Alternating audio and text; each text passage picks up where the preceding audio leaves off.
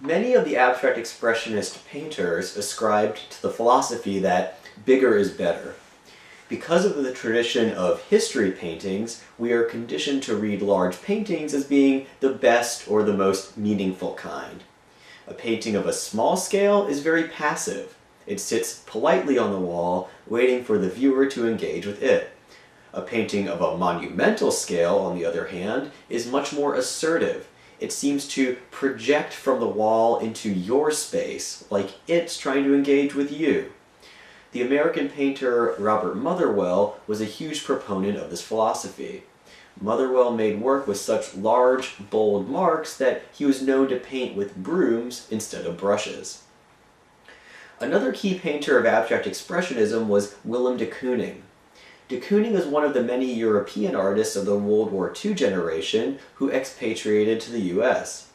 He was a little older than most of the other abstract expressionists.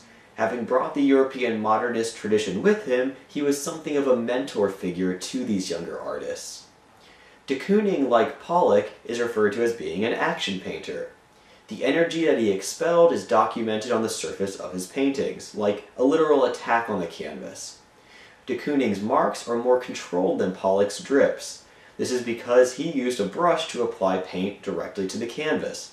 He also painted on the more traditional vertical orientation of an easel rather than on the ground. After already establishing himself as a leading painter of non-objectivity, de Kooning returned once again to painting abstractions. One of his favorite subjects was that of women.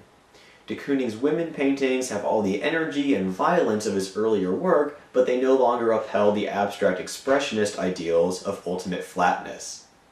As with de Kooning's women, some of Pollock's later work included abstracted but recognizable imagery.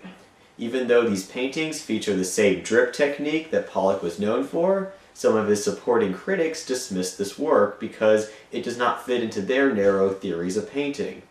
For them, this work was like a step backwards in the modernist painting tradition.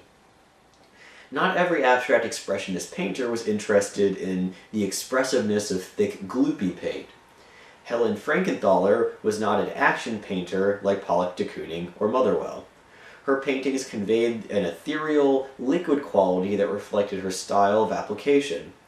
Frankenthaler used a painting technique called soak stain, by which she would greatly dilute oil paints with turpentine.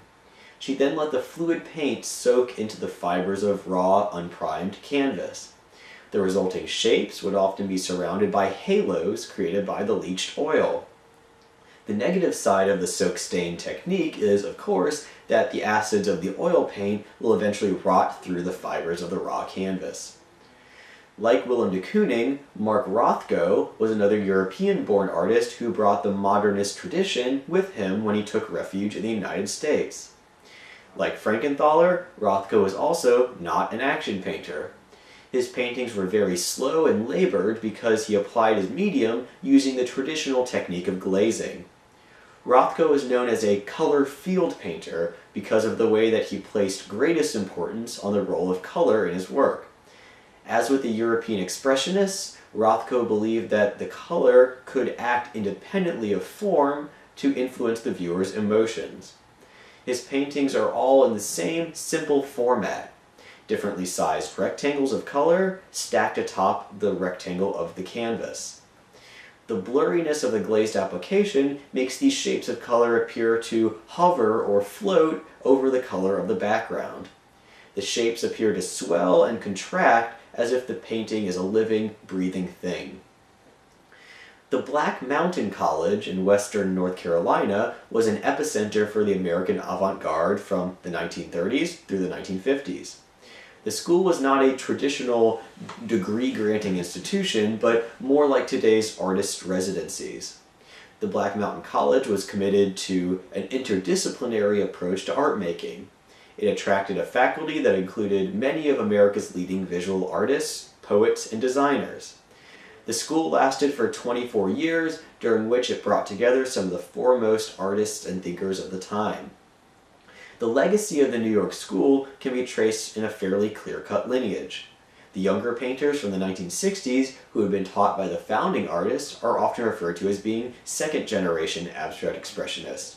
Subsequently, the painters taught by the second generation are referred to as being third generation abstract expressionists, and so on. Although the movement only lasted from the mid-1940s through the early 1960s, there are still many artists painting in the abstract expressionist style today. The painter Joan Mitchell was one of the second-generation painters.